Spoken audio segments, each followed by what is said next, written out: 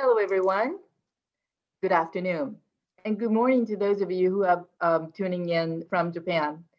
Thank you so much for joining us in the program today, Facing Setbacks Like a Champion, which is part one of a two-part webinar series, Why Resilience Matters, How Adversity Molds Us. My name is Yuko Kaifu, and I'm the president of Japan House Los Angeles. It is a great pleasure to co-host this great webinar with the Consulate General of Japan in Los Angeles and Japan-American Society of Southern California. For those of you who are not familiar with Japan House, we are a public and cultural diplomacy initiative to showcase various aspects of Japan. Under the COVID-19 pandemic, our facilities in Hollywood are temporarily closed, but we have been carrying out many webinars and online programs like the great one that we are co-presenting today. I'd first like to invite Consul General Akira Muto to say a few words. Consul General?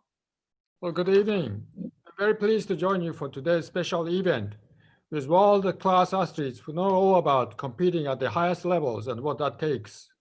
Japan will host the Tokyo 2020 Olympic and Paralympic Games in summer of 2021. It is our hope that the Games will be a global celebration, a symbol of how mankind defeated COVID-19 together. For these purposes, Japan is ready to lead the world's pandemic control efforts. The government of Japan is allocating $900 million to more than 80 developing countries for their fight against COVID-19. Also, Japan is proposing through G7 summit the establishment of an international patent pool that will enable developing countries to utilize pharmaceutical treatments and medicine under a transparent international framework. Because there will be no safe place in the world unless all countries and regions overcome the COVID-19. Japan is determined to realize successful and secure Tokyo Games next summer as proof that human has defeated the virus. We will welcome visitors from around the world to cheer on athletes at the Olympic and Paralympic Games. Holding the Games safely is a top priority for Japan. I am excited to hear from today's guest speakers who know very well the hard work that goes into overcoming setbacks, whatever they may be. Thank you to Japan House Los Angeles and the Japan-American Society of Southern California for working with us to put this together. Thank you to all guest speakers and to all for joining us. Please have a great evening. Enjoy. Thank you, Consul General Muto. It's always good to see you. Yes, thank you. So next, I'd like to introduce to you our friend and the chair of the board of Japan-American Society, Doug Montgomery, sorry, Doug. Doug? Thank you, Yuko. Hi, everybody. I'm Douglas Montgomery, chair of Japan-American Society of Southern California. We are a 111-year-old NPO here in Los Angeles. Our mission, our purpose is to create and foster bridges between Japan and the United States, in particular, Southern California. Since March, the beginning of lockdown, JSSC has put on many webinars for the community, including vital information on serious topics like employee and tax implications of the pandemic, to more lighthearted happy hours, our annual Women's Leadership Counts conference, and even a film festival. We are doing our best to keep our 111-year-old community alive and vibrant. As President Kaifu and Consul General Muto have expressed, JSSC is also so excited about today's webinar featuring Olympic athletes Apolo Ohno, Aaron Wolf, and Kanoa Igarashi, moderated by our good friend David Ono. Why resilience matters, how adversity molds us, is very important topics for everybody today. Given the situation for the entire planet under the COVID pandemic, I think we all need to strengthen our mindset and learn how to turn a setback into a growing opportunity. So I am going to sit back, enjoy, and honestly take some notes. Over to you, President Kaifu. Thank you, Doug, so much. It's always good to work with Japan-American Society of Southern California. Always pleasure. Now, I'd like to welcome our very special moderator today, who needs absolutely no introduction. He's a celebrated journalist and also a dear friend of our community, David Ono. He's an award-winning anchor for ABC7 Eyewitness News and KDOC TV. Since joining ABC7 In 1996, David witnessed history worldwide. He is a filmmaker, journalist, and a longtime supporter and friend to our organizations.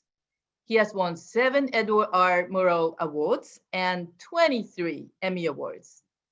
Please welcome Mr. David Ono.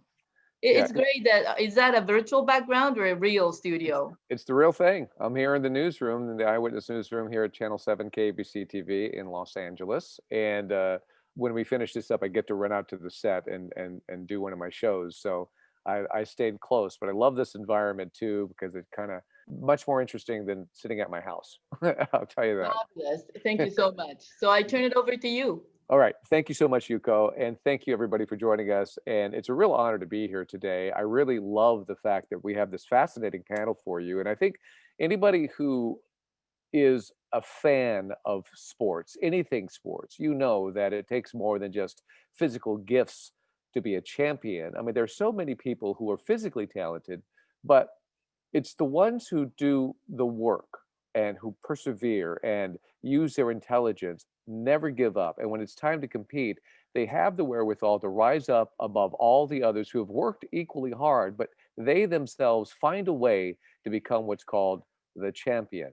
And then we have 3 people with us today that are all champions in their own right. And from them, we could learn so much about how to deal with adversity and how to deal with this world that we're living in, and perhaps apply some of their rules into our own lives to help us with our own success. So why don't we, first of all, introduce you to this wonderful panel, beginning with a professional surfer. He is a 2020 Tokyo Olympics representative, and he started surfing at the very young age of 3 years old.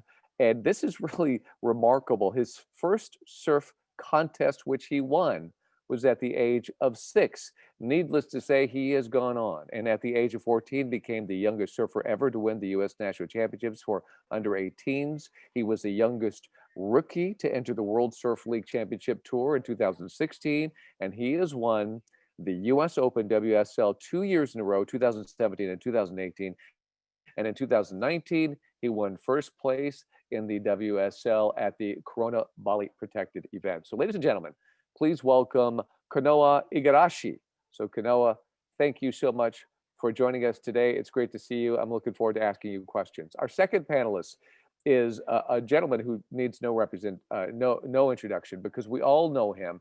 Throughout more than a decade, we watched him during the Winter Olympics on the short track. In fact, he is an 8-time Olympic medalist.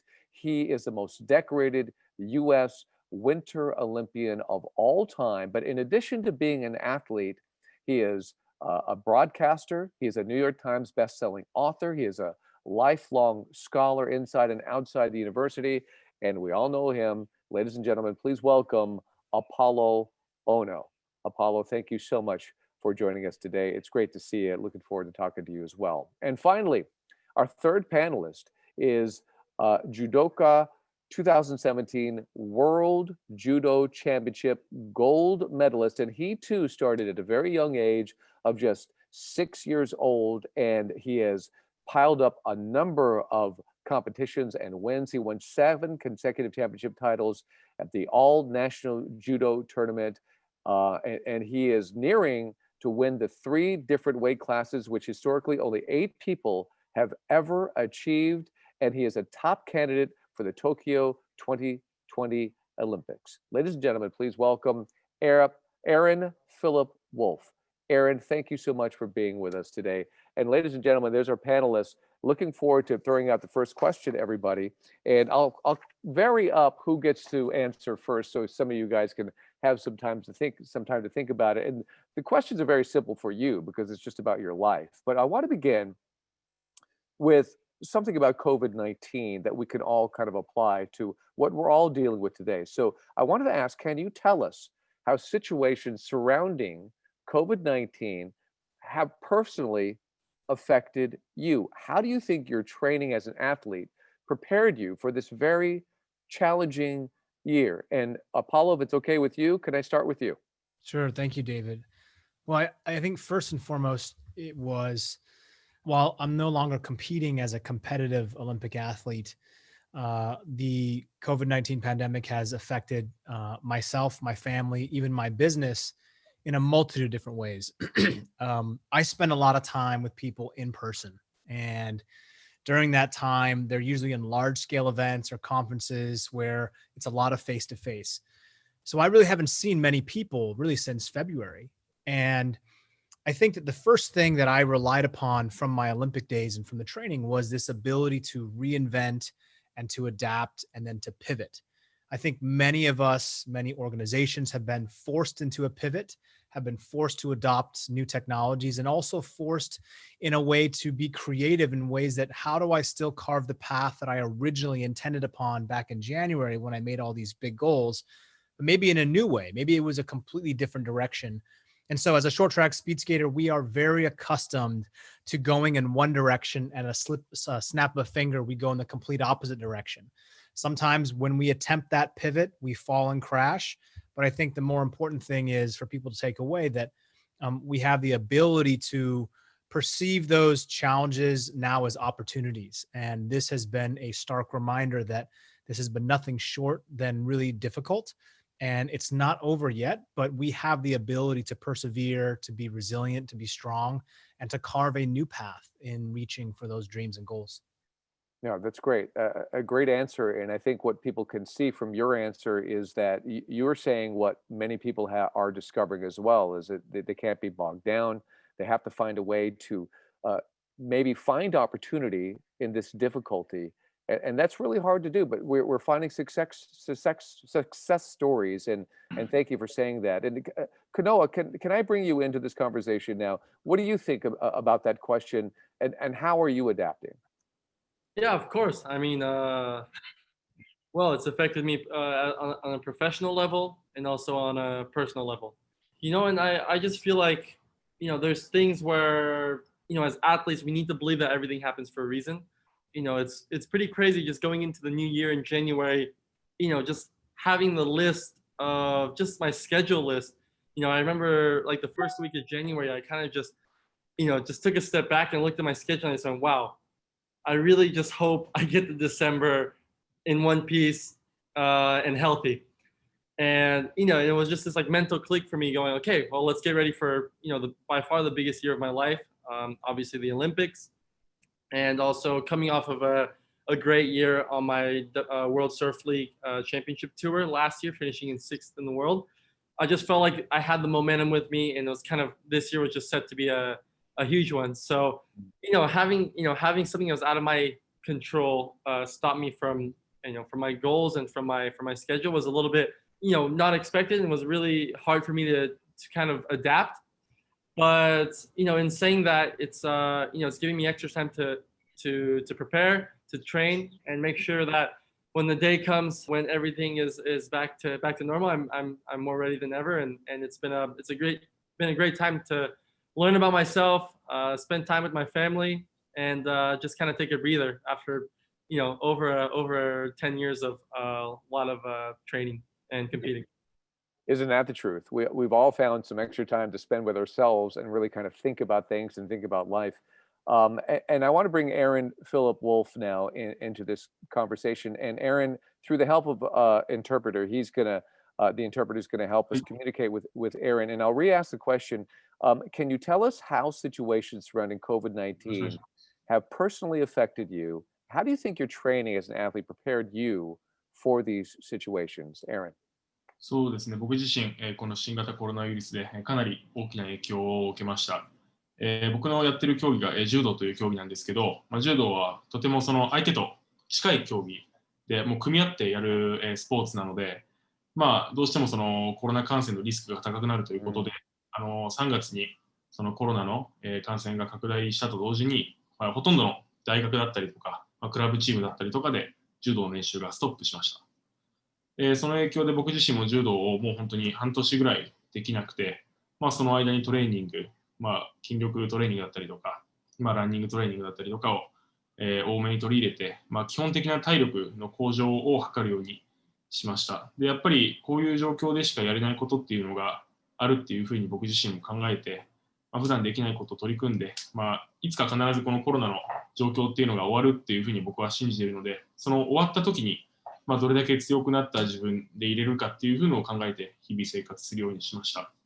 でまたどうしても今年は、東京オリンピックを開催する年だったので、それに向けてやっていたんですけど、それも延期になってしまったということで、逆にその延期になってしまったことによって、時間が伸びたというか、準備する時間が長くなったっていうふうに考えて、何事も前向きに捉えて、一日一日過ごすようにしました。以上です。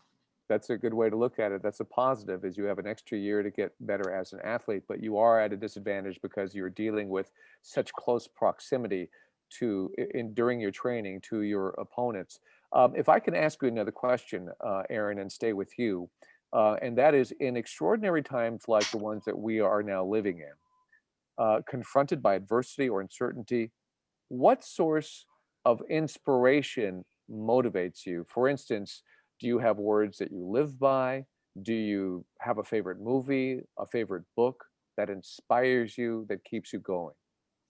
なんですかね、僕自身はやっぱりその柔道の練習ができなくなって道着を着れない期間があったんですけど、その期間にもそのインターネットで柔道の試合とか過去のものを見ることができたんで、そういうもので技術だったりとかテクニック、そういうところを学んだりして試合ができるようになるまでのモチベーションを保つようにしました。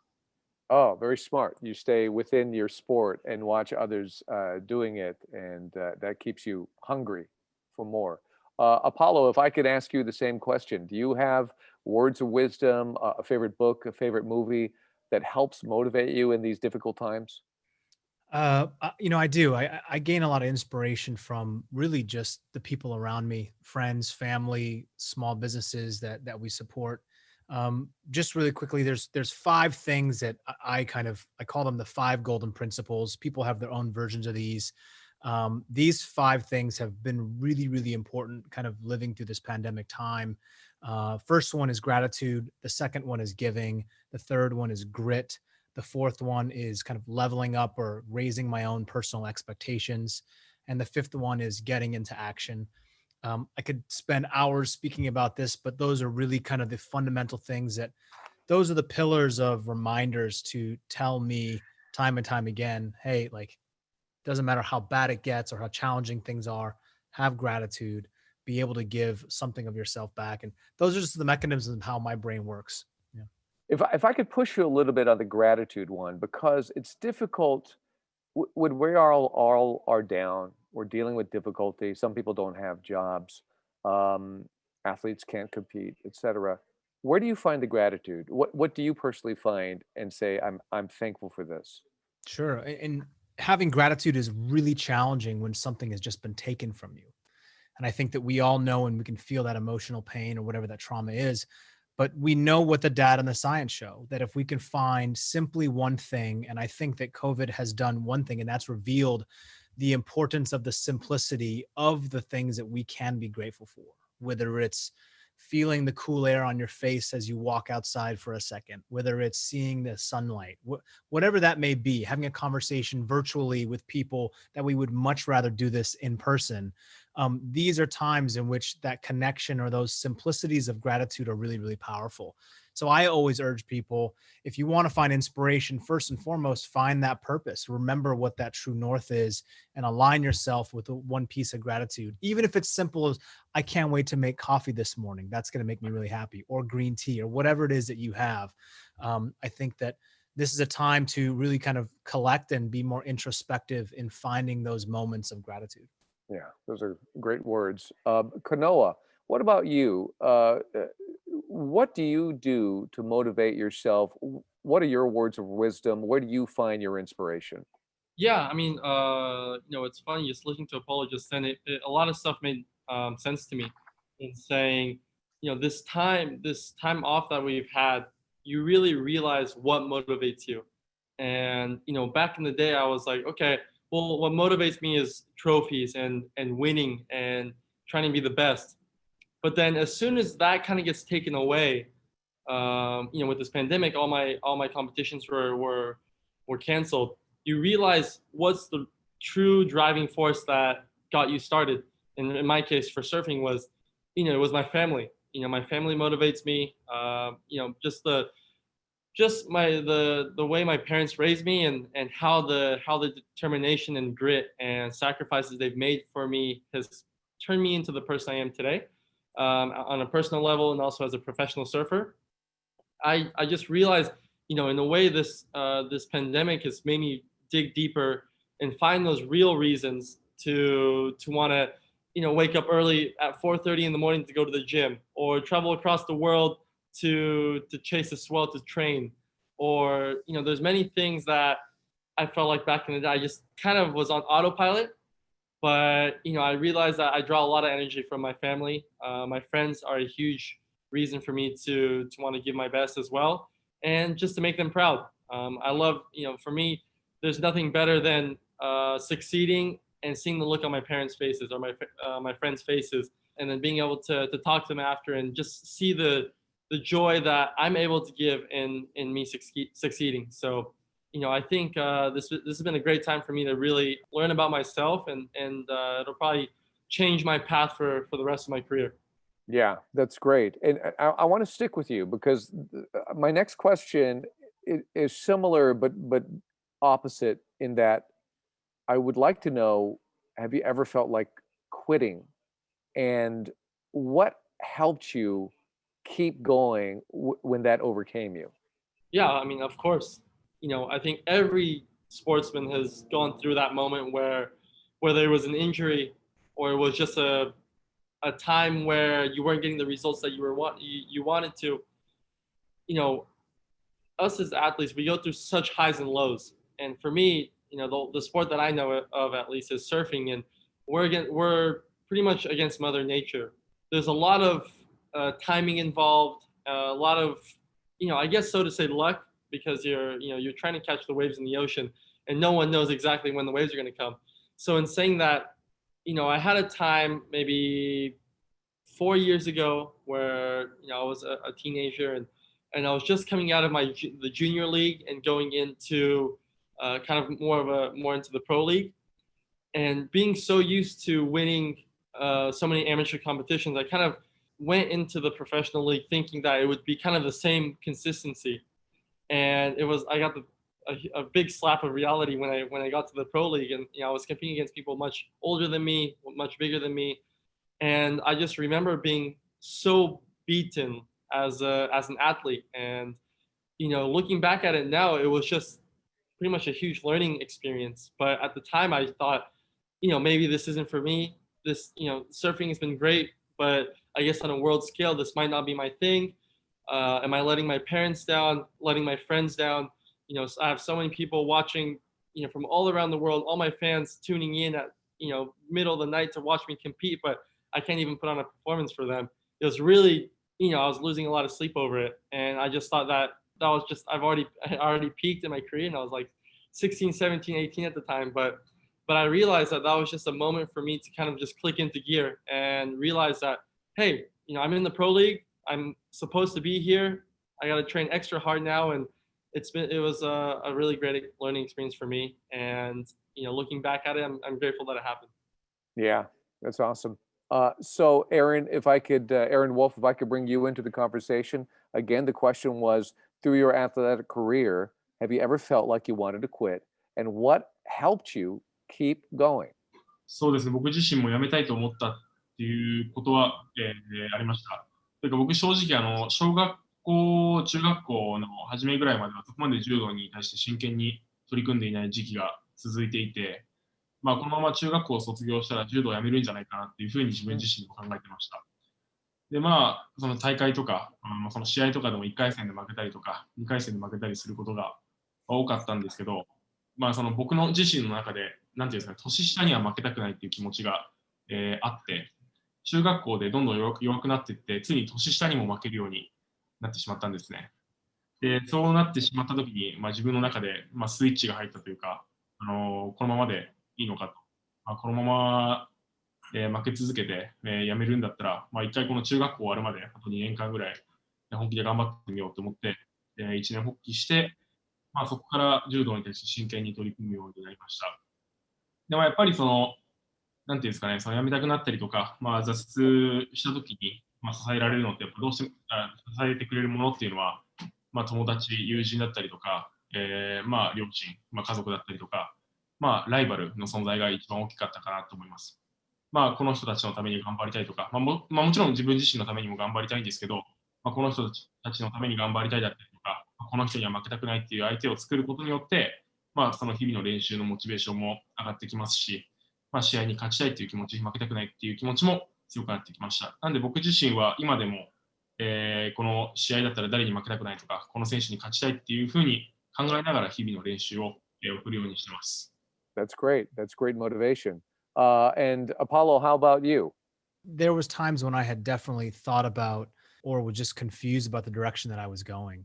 You know, as an Olympic athlete, you train 10, 15, sometimes 16 or more years for perhaps once every 4 to 8 to 12 or 16 years that you've been competing at a chance to see if you can go out there and make the podium or even win gold.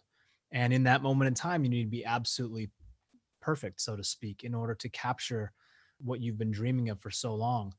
And so there's many times when you have to go through those reinvention and adaptation phases. And many times you question if it's the right path. And the things that I have done in my athletic career was to always remind myself of the real purpose, of the real reason why I began. As an Olympic athlete, there's really no financial gain, right? You go and win a gold medal, depending on your sport, so to speak.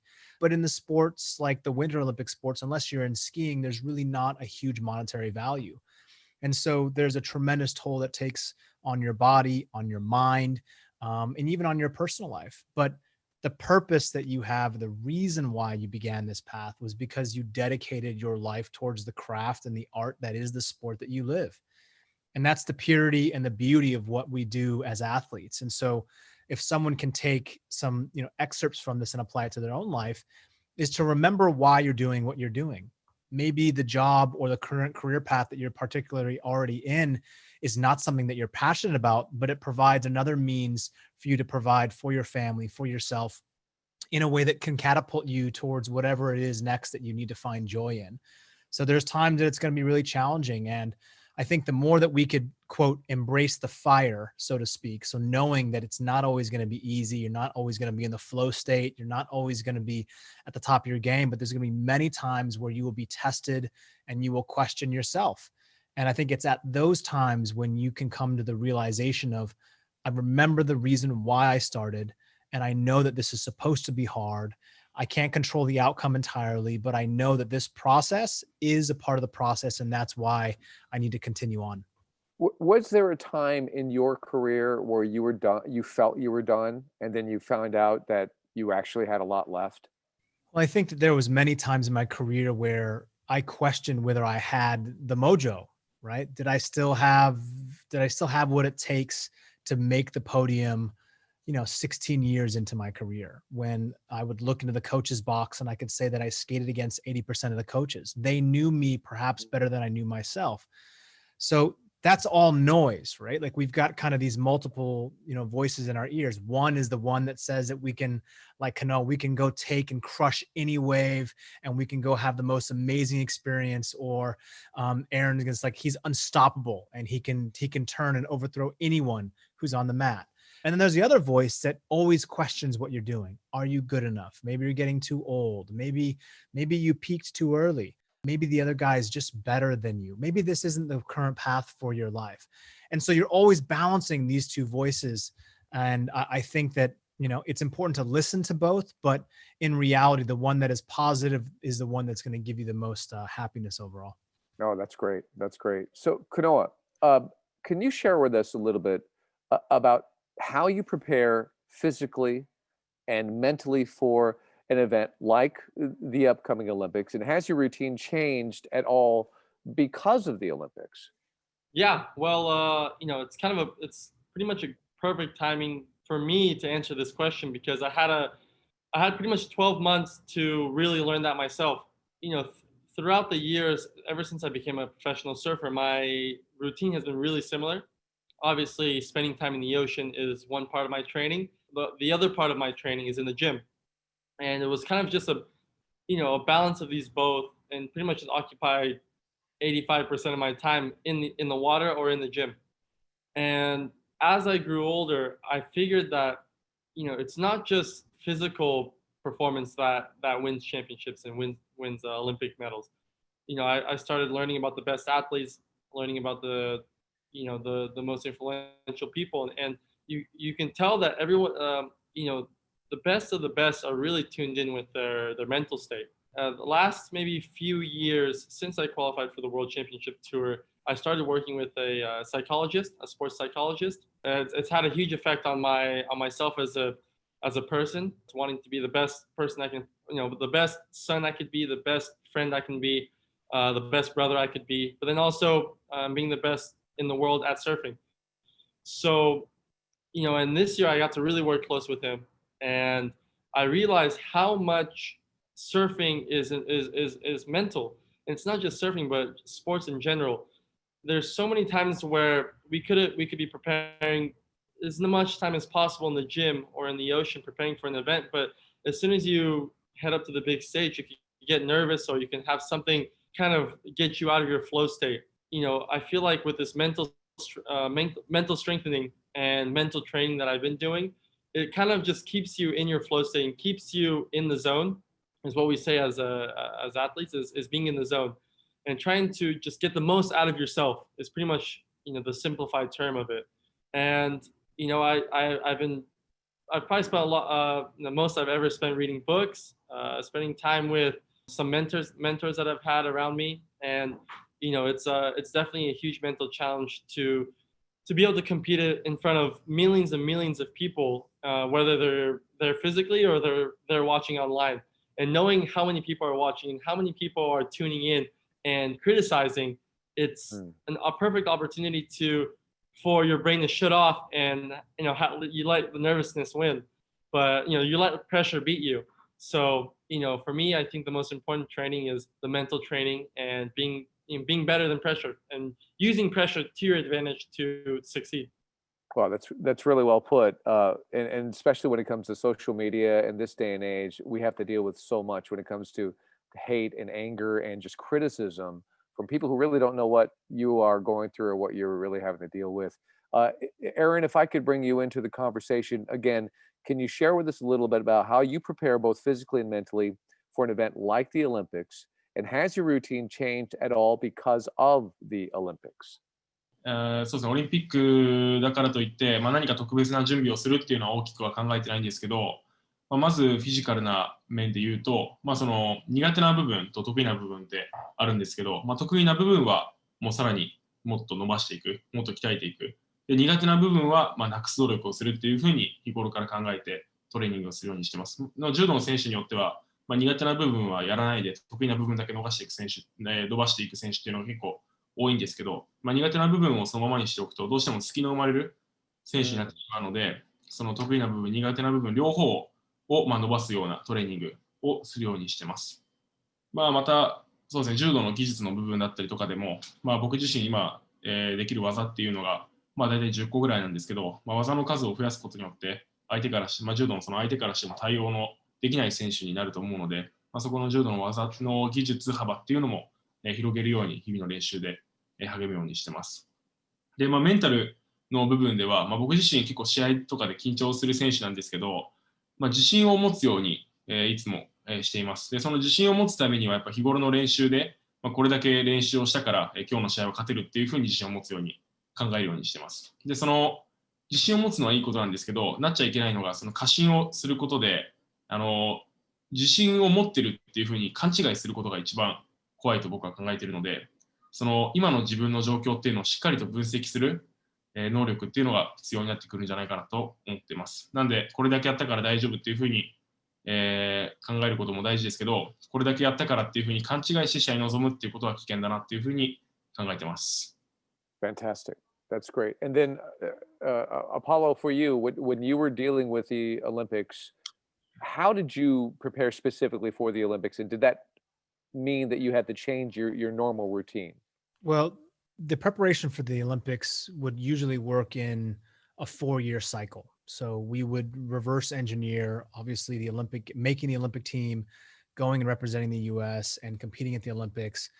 what kind of result am I expecting or would I like to see at those Olympics? And then going and working backwards, what do I need to do on the yearly, on the bi-yearly, on the quarterly, the monthly, the weekly? And then I got very granular.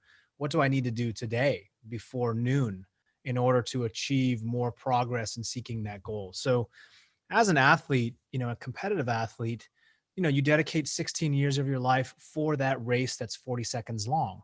And the difference between first, the person who is celebrated, and the person who is fourth, the person who no one knows their name and we don't celebrate them because they didn't get a medal, that difference is that much. So you start to think about this on a microcosm scale, and the things that you do on a day-to-day basis feel like they really have an impact when they're compounded over time. So my physical and mental preparation was, quite frankly, really insane. And it was very obsessive and it was completely all in. I was the guy who was never thinking about anything else except for the sport. And it's what I cared about. It's what I loved.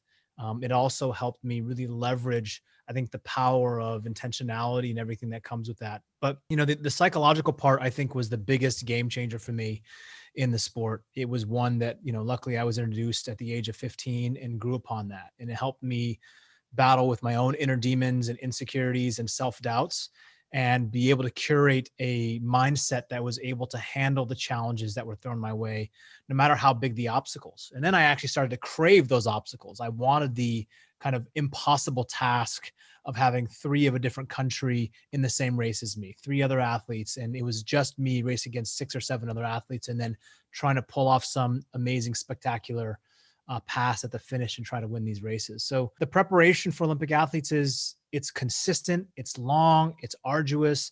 At times it's very routine, but I think that we can find confidence and also receive feedback on a day-to-day basis if we're actually going in the right direction. We get the guidance from those day-to-day trainings on how to tweak and adapt. Do you think it would have been possible for you to have your success without that obsession? Like, what if you had your physical gifts, but you just were a little bit more mellow on your approach? Do you think you would have any kind of success with that? On a personal level, no. That's what was required of me, was to completely commit every ounce of my being and soul to the task that I was pursuing.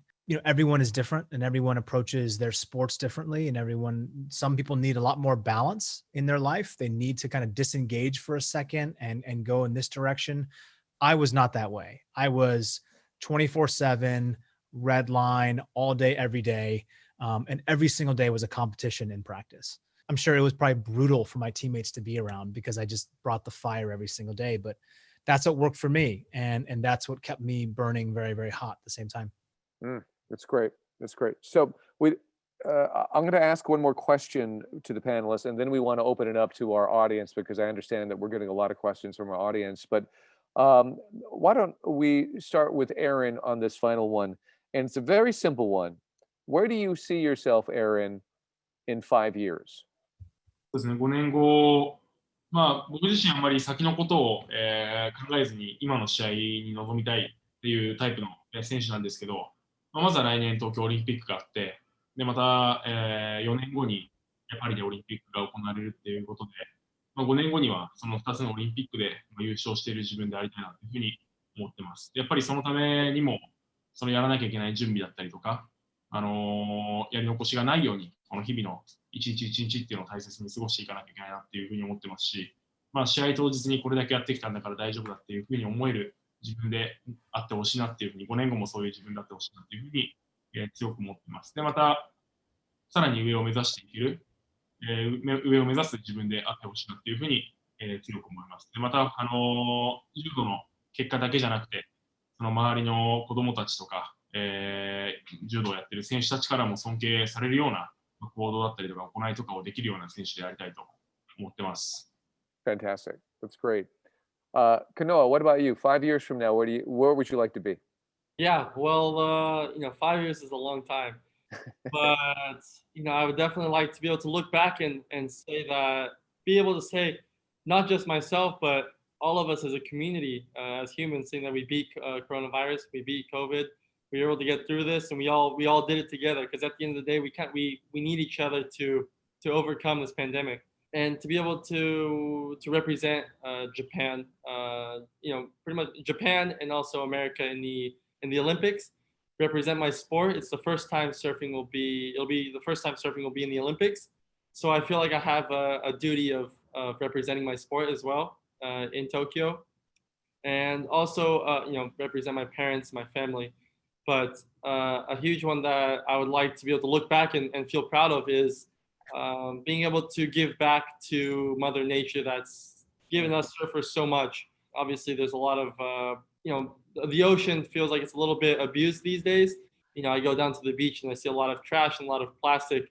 And I feel like if everyone can just do 1%, I feel like we can make a very big difference. And at the end of the day, it's my playground. It's the world's playground is the ocean, and also a place where I call my office at the same time. So obviously, reducing plastic is a huge one, and leaving beaches and leaving the world better than when we first got there. So yeah, that's a huge one that I believe in, and being able to do that all with a smile on my face and with some gold around my neck. That's fantastic, and a beautiful sentiment too, because we do need to think about the earth, and you live it every single day out there in that ocean. You see it firsthand. So I'm glad you left that message with everybody. So Apolo, you've accomplished so much as an athlete, as just basically in almost every category. So where do you see yourself in 5 years? How do you add to that list? I see each year as another opportunity to tackle new challenges and opportunities.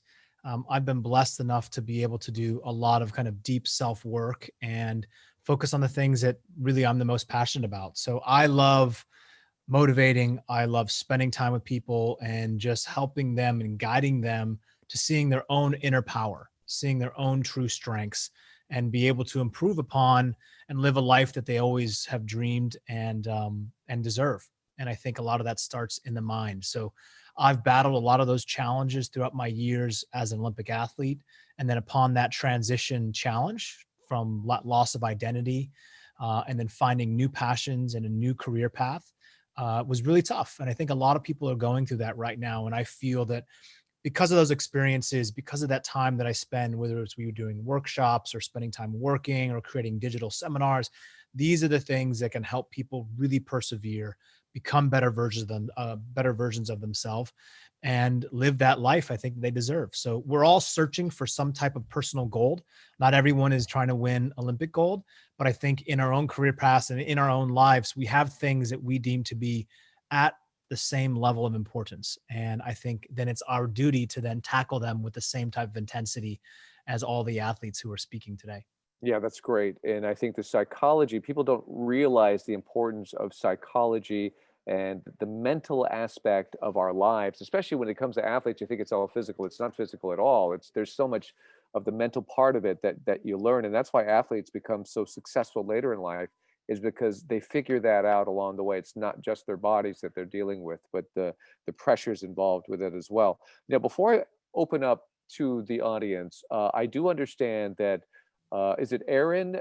You have a question that you wanted to ask one of our panelists, and I'll give you the floor. What is that question? そうです。お願いします。僕から五十嵐選手に質問なんですけど、僕自身結構料理が好きで、日本で魚を結構さばくんで、ハワイとかそのサーフィンの練習中とかで、どのような魚とか見ることができるのかっていうのが気になって質問しました。To be honest with everybody, I just started eating fish like maybe about 2 months ago. Whoa. During quarantine is kind of when I started liking seafood. So, but for me in the ocean, I see so much fish, and I'm just saying I just started eating fish because I don't know what types of fish they are, and I know there's types of fish that are better to eat and worse to eat. But I know about 2 weeks ago when I was in Portugal, I saw a really big sea bass, and there was someone fishing right near me, and he said there's so much sea bass today, and I was like, really? And I paddled out, I surfed, and I just saw all these fish jumping around. And when I went in, he had about 3 sea bass that were maybe 3 kilos each one. So it's in the ocean we get to see really beautiful things. Oh, that's great. That's great. Okay, so we knocked that out. So let's get to our audience questions now. And I encourage everybody else who's out there, if you want to throw us a question, now's the time to do it because we only have a few minutes left. So this one question is from Julie, it looks like, and she asks to Apolo, what will be the mental impact on athletes if they aren't able to participate in many competitions prior to the Olympics? And do you have any suggestions for overcoming it at the games? What do you think, Apolo? That's a great question. So I think that typically there's many matches that have to occur. You're always testing yourself and you're using that as a gauge if all of your training during the past 3.5 years is really leading you in the right direction, especially leading up to those games. So the year of the Olympics is the most important out of all because you're always making these minor tweaks and you're using the opposing competitor as a way to gauge your progress, so to speak. But nobody has had that. So a lot of athletes haven't had access to the typical training environment that they're used to. They are not used to maybe training in their house. Sometimes they don't have the right type of equipment. It's a really challenging situation. So I think the mental impact can be that of which the athlete is responsible for. So while nothing ever will replicate real life being on the water or being on the mat or being on the ice, the power of the mind is pretty interesting. And the way to visualize your own training, that was something that we did extensively. I would do it 2, 3, 4 times a day. How do I skate the perfect lap? How do I mimic or understand what this athlete is doing? And while we can't always replicate that, that will be a big factor, I think, moving forward. And the consistent using of watching tape, which I think everyone does. And it's just simple. I mean, I used to sleep with my skates on at times to replicate the feeling of just making sure that those skates felt like they were a part of my body, that they actually weren't a foreign object strapped to my feet. I wanted to feel skating in that motion in a natural way. So there's a lot of different tools and tactics that these athletes can be using. And I hopefully, this pandemic will force them to be really creative in terms of showing up because everyone is facing the same thing. Some athletes and teams and countries have access to more than others. And at the end of the day, they have to remember when it comes down to the results, no one is going to put an asterisk next to your name, whether you did or did not perform well. We only see who's on the podium. So remember that there's no time for excuses. It's all about, okay, how do I get this done? And how do I get creative and move on? That's great. Kanoa, if I could use this same question and throw to you because you started competing at such a young age. So you didn't have a lot of experience to go by when you had to throw yourself in there against so many pros that had so much experience. So mentally, what did you tell yourself in order to say, I'm with these guys, I can compete with them? Well, to be honest with you, a lot of times I kind of just lied to myself. Qualifying for the World Championship Tour when I was 17 years old, I just remember going to the first event. It was 2016, I believe. I lost my first round in my set. I had one of my heats. My heats was with Kelly Slater, and he's the greatest of all time, and he's over double my age. And at the time, he's already won 11 world titles, and this is like my first event ever on the World Championship Tour. And I remember just telling myself, yeah, I already have 17 years of experience. Like I'm fine. I got this. I can take him on. And now that I look back at it, I was just completely lying to myself and trying to make myself feel better because maybe I didn't even really believe myself at the time either because I lost actually. I lost. But it was a time where I had no experience at all. I was just picking up stuff as I went on, and I literally grew up on tour. I grew up on tour in front of everybody's eyes. I grew up in the public eye. People saw me when I had a good month of training, or people saw when I had just teenage breakdowns. They saw everything, and it's pretty much, in a way, it made me a lot stronger, knowing that I always had the spotlight on me and everything I did was magnified. So for me, I just said, hey, I'm going to be the strongest, best athlete there can be. And there's going to be I just want there to be I just want to be black and white. And like Apollo said, it's at the end of the day, it's the results that matter. And that's, if you look back, people are going to be looking at the numbers. And I just said, hey, no more excuses. I'm going to be responsible for my goals and responsible for my preparation, and let it all out there. And this is kind of, I feel like it's been a long time's coming. I feel like it's taken me a few years to really find my gear and find my mental state, my maturity. And I feel like I'm finally getting to a point where I can really fit in the tour. I've always wanted to just fit in the tour, and now I feel like instead of just fitting in, I feel like I can lead the tour. So that's kind of a mentality that I've always wanted as a kid, and it's nice to finally get to a point where I feel confident enough to be able to go face to face with Kelly Slater and not feel like a kid. That's a great story, though. A wonderful one. And then Aaron, when you are competing against somebody who might have more experience than you have, how do you set yourself up for that? How do you deal with those demons and overcome them? そうですね。逆に言うと僕自身はその自分よりも経験のない選手と試合をする時の方が、緊張します。で、なぜかというと、やっぱりその自分よりも、結果のない選手とか、自分よりも、年のまだ若い選手と試合をする時って、相手の選手は多分僕に対してもう何が何でも勝つぞっていう逆に緊張しない気持ち、リラックスした気持ちで試合ができると思うんです。で、なんでやっぱりそっちの方が緊張するかなっていうふうに思います。で、また僕自身が自分よりも経験のある選手と試合するときは、もう今まで自分がやってきた練習で身につけた技術だったりとか、力、テクニックを全てぶつける、そういう気持ちで試合を臨むようにしてました。なんで、自分より経験のある選手と試合をするときの方がリラックスして自分の、やってきたことっていうのが、出せるんじゃないかなっていうふうに思ってます。That's great. That's great. So I have a really wonderful question here. It's a very simple one I'd love to hear from all of you on. So Aaron, why don't we start with you on this one? And it's something that we could all apply to our own lives. And this person says, I have a hard time waking up for weekly workouts, but once in the gym, it's easy to finish. It's just hard to get there. What tips, advice did you have when it comes to motivating us, maybe even music, anything that you might have to get you going to make sure that you make their workouts in the gym?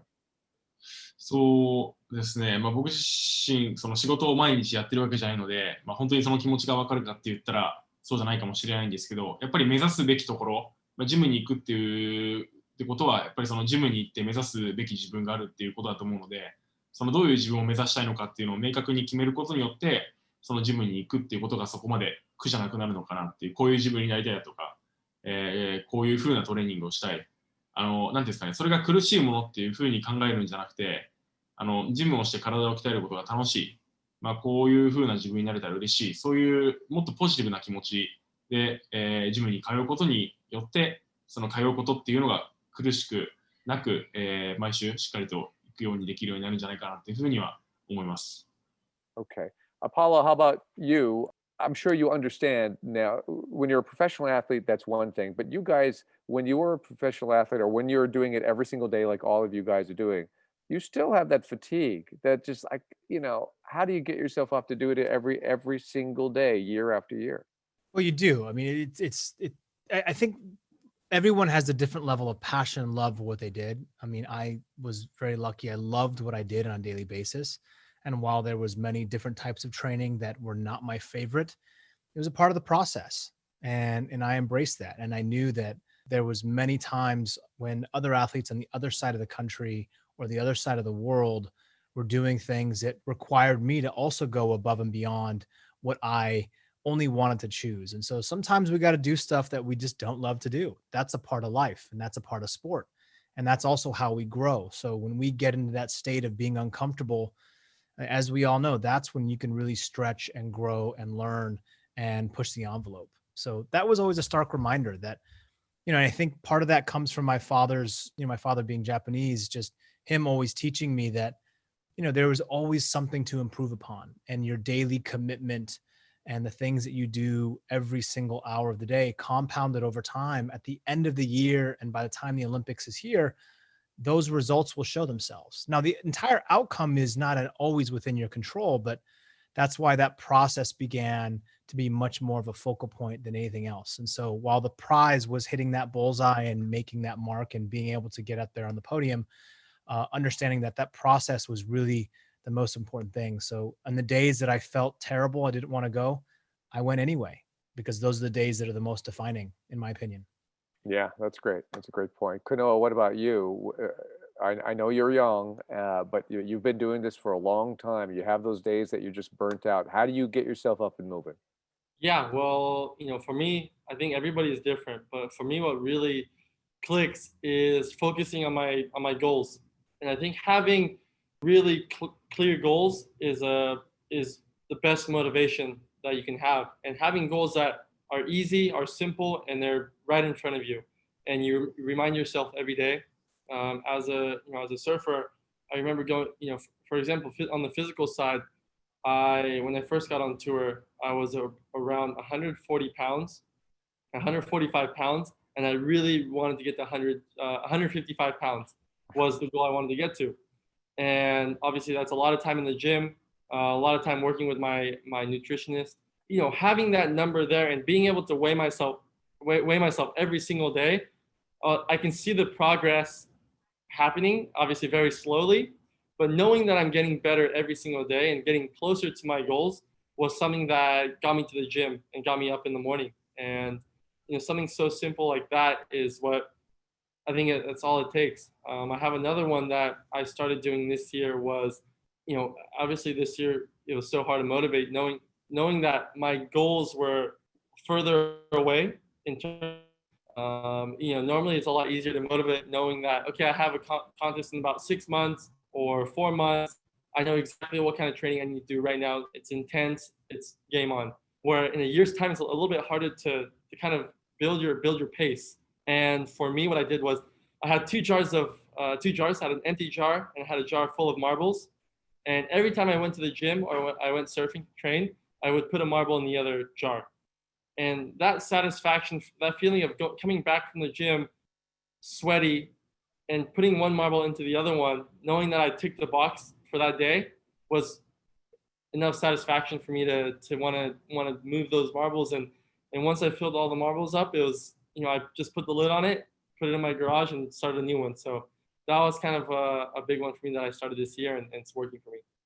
Oh, that's great. A visual motivator there. So I'm going to stay with you for the next question, Kanoa, and that is, so far, what do you think the greatest lesson that you have learned in your particular sport? The greatest lesson that I've learned in my sport, what my sport's taught me seems a little bit kind of not your usual answer, but that sports isn't everything. That the more I'm in this sport of surfing, the more I realize, I guess, in a way, this is my life. Surfing is my life. But how important your family is to you and the people around you, your beliefs. I remember last year when I won my first ever World Championship Tour event. It's something that I've dreamt of since I was 6 years old when I first started surfing competitively. And the moment I won that event, it was just the highest moment of my career. And I couldn't have been any, happier in that moment. And the only thing I can think about is, how do my parents feel? Like, I want to see my parents' face. I want to see what my brother looks like right now. I want to see what my best friend looks like right now. I want to see what, my trainer looks like. I want to see their reactions and see how happy they are. All of a sudden it was like, it kind of me winning and competition, and that kind of like the flow state I was in was kind of put aside. And all I cared about was the people that I loved. And that was kind of a moment where I realized, wow, this is, the love that you have for, as a human, it's a lot stronger than competitions in sports, which is quite weird. And I think it's kind of me maturing in a way, realizing, how good it is to be in this world and to be around people you love. And, the day after, I just remember going back down to the beach to kind of just like, to reminisce on the day I had beforehand. And there was just so much trash on the beach from just the commotion and the people on the beach and everything. And there was so much plastics and everything. And I just remember thinking, like, wow, like I just had the biggest moment of my career, but all I can think of is just wanting to take care of Mother Nature, which I felt like in a way guided me to that win.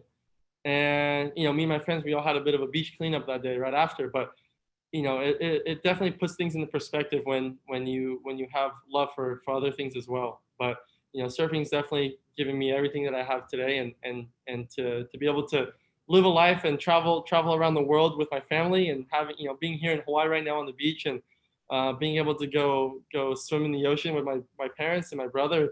It's something that, I can only dream of. So, I've definitely learned a lot, and, I feel like I'm still a rookie, even though it's my 5th year on tour. I feel like I have a few more years definitely ahead of me. So I'm looking forward to more experiences and learning a lot more, and just being a part of the process. Right. Blessed life so far. That's fantastic. Aaron Wolf, what about you? What is the greatest lesson that you've learned so far in your sport? そうですね、柔道のやっぱりその競技力、試合で勝つことっていうのはやっぱもちろんなんですけど、柔道っていうのはその競技力だけではなくて、礼儀作法とか、そういった人間として生きていく上で、とても大事なことっていうのが学べる、競技、武道だというふうに僕は思っているので、競技を通して、その競技力は向上していったことはもちろんなんですけど、そういう人に対しての礼儀だったりとか、簡単なことですね、挨拶だったりとか、そういう生活していく中で、必要なものっていうのが、人間力っていうのがかなり向上していったんじゃないかなっていうふうに僕自身思っています。まだまだ、未熟だとは思うんですけど、これからも柔道を通して、僕自身そういうことをまたいっぱい学んでいきたいですし、これからも、後輩たち、これから柔道を始める子たちとかにもそういうことをしっかりと教えていけるような、人間になっていきたいなというふうに思ってます。That's great. Respect is such an important part of being in sports. And Apollo, what about you? While you were competing, what do you think was the greatest lesson that you gathered from it? Well, there was, I think, many lessons I learned from the sport of short track speed skating. Some of them being, you prepare a lifetime for a race, and because of the volatility, you may not get exactly what you want, and you may not get exactly what you thought that you deserved. And you have to deal with that in real time. Because of running the same race 4 different times, you'd probably get 4 different winners. That gives you a perspective, I believe, that there's going to be times when you believe that you are the absolute best and you were born for this and this is supposed to be your way. And then at the snap of the fingers, you get knocked down, or you get disqualified, or there's something that happens that's outside of your control. And now you've been sent crashing into the pads. And you're left there with an option to stay there paralyzed, to not move, or to figure out a way to get back up and just finish the race, even though you didn't get the result that you originally had intended to. The deeper meaning and lesson there, to me, is that life actually is very much like short track speed skating. You prepare as best that you can, you focus, and you try to give 100% of yourself. And there's times when you get exactly what you thought that you wanted, or even more. And then there's going to be times when you don't even come close. And your ability to perceive those things as pivots and challenges and opportunities is really within your control. And I think that the kind of ongoing message is that you just have to keep getting back up, right? You have to always keep showing up, to keep persevering, to keep pushing on, and to carrying those struggles forward. And if that means going a different step in a different career or a different arena, then so be it. But those are the lessons that I take with me today, more than anything. That's fantastic. And I wanted to stay with you, Apollo, because I do like this one question that one of our viewers wrote in. They say, you were recently in a documentary for HBO that focused on the lives and difficulties of top tier athletes that they've had in their careers and when they end. What advice would you give to Kanoa and Aaron regarding that, what they should do with their lives afterwards? Well, it's a challenging question, right? So when you're in the heat of your game, it's very hard to think about anything else that you love, even remotely, that comes close to what you're doing, because you feel like you were born for this. It's the one thing that has signaled to you from the world that you're really good at this, and this is something that you love. But there's going to be a time when that ends, and your ability to transition beyond sport, take all of the life lessons and the attributes and the skills that you have cultivated and learned, Kanoa, your sports psychology, your love for the ocean, your love for nature, being in the flow state. There will be times when you will replicate that psychology in another career path. the identical skill sets that you are using in your life on the water, you will be surfing in a different direction. And that's the beauty that we have as athletes. Aaron, your ability to read another human being, to see their energy and to know when to move, when to hesitate, when to strike, is just like doing business, right? Knowing when to hold back and wear your poker face, and then other times to go full speed ahead.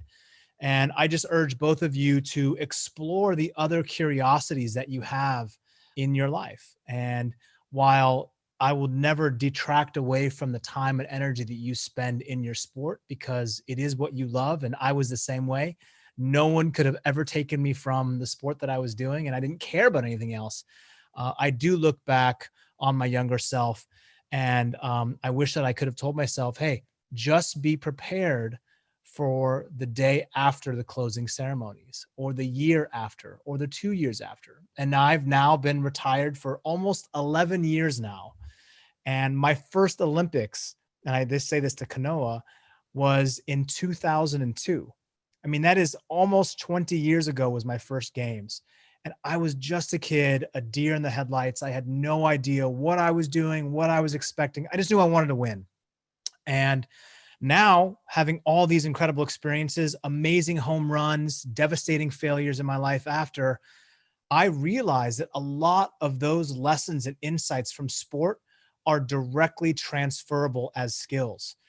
We just have to adapt them differently. I think as we move into the next stage of our lives, you're not going to be an expert in what you first try. And that's a part of that process. You are pouring the cup out and you are starting anew. And therein lies a whole bunch of challenges, but you have what it takes, more so than what most people even can fully realize and feel.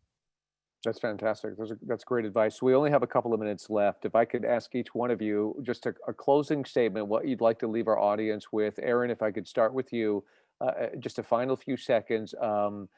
Anything you want to say to our audience, our viewers watching?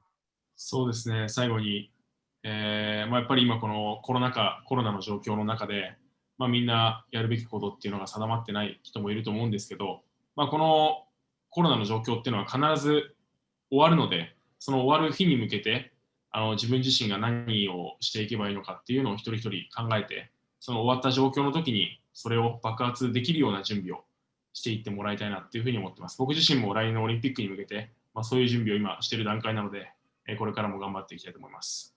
Fantastic. Optimism. Thank you, Aaron. We could use that. And Kanoa, what about you? Yeah, I just want to say thank you to everyone that tuned in and listened to us talk.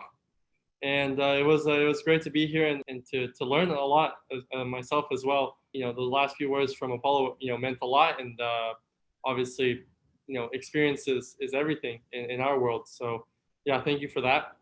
And yeah, like Aaron said, things happen, things go by. I think hopefully we can look back on this in the future and take away the positives that this pandemic has given us. I know for me, my positives were I got to spend more time with my family, my loved ones. I got to appreciate, I got to spend more time in the ocean, appreciate it, just enjoy being in the moment a little bit more. So I've definitely taken a lot of positives out of this experience.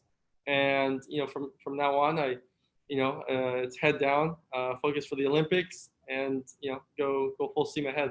Thank you, guys. Well said. Thank you so much, Kanoa. And then Apolo, over to you. Again, this is it's an honor to always speak with everyone live. I know that, I would much rather do this in person with all of you, whether you're here in LA or in Japan. I just want to send everyone the best of holiday wishes, to stay safe, to remember to find those things that you're grateful for. They can alleviate all the stress and pain perhaps that you're going through. And then also, I just, I want people to be fired up. I want them to be excited about life, excited about what the next opportunity brings. And if this year has not gone your way in any capacity, 21 is around the corner. But it's not like these things are going away instantaneously. So take with that an ability to transform to the person who you want to be. You contain that. No one else can dictate how you live your life or the things that you do on a day-to-day basis. And so I hope you find your own personal gold. That's fantastic. A perfect note to lead this on. Apolo, Kanoa, Aaron, You guys have been a fantastic panel, and we are so inspired. We feel much more optimistic now. Thank you very much. And Yuko, Kaifu, over to you. Thank you, David, and thank you so much to all the panelists. Your talk was so inspirational. This webinar, of course, is entitled Facing Setbacks Like a Champion. Even though we may not be a champion or a top athlete, we face challenges and setbacks in our daily life, particularly under the COVID pandemic. And you gave us inspiration, courage, and encouragement to keep us going and staying positive. So thank you so much. And I'd like the audience to give a big round of applause to all the speakers, although you probably would not be able to hear. So thank you so very much. At this point, I'd like to bring back Consul General Akira Muto and the board chair of Japan American Society, Doug Montgomery, to come up on the screen again. Thank you. And then I do have an idea. It is rather unusual for a virtual event like this. Let's take a group photo because we do have the lineup of great speakers and talent. So I want the audience to take out your cell phone, and I say 1, 2, 3, smile.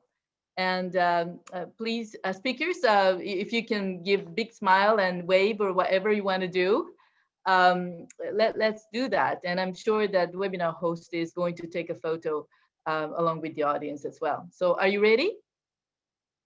Okay, 1, 2, 3, smile. Great. Well, thank you. Don't leave as yet. I do have some more announcements. If you haven't done so yet, please register for part 2 of this webinar series, The Power of the Games for Communities, which will be held next Thursday, December the 10th. We'll be welcoming members of the organizing committees of the Olympic and Paralympic Games in Tokyo next summer and in Los Angeles in 2028 to discuss how to create an amazing games experience for both athletes and fans through the planners' perspectives.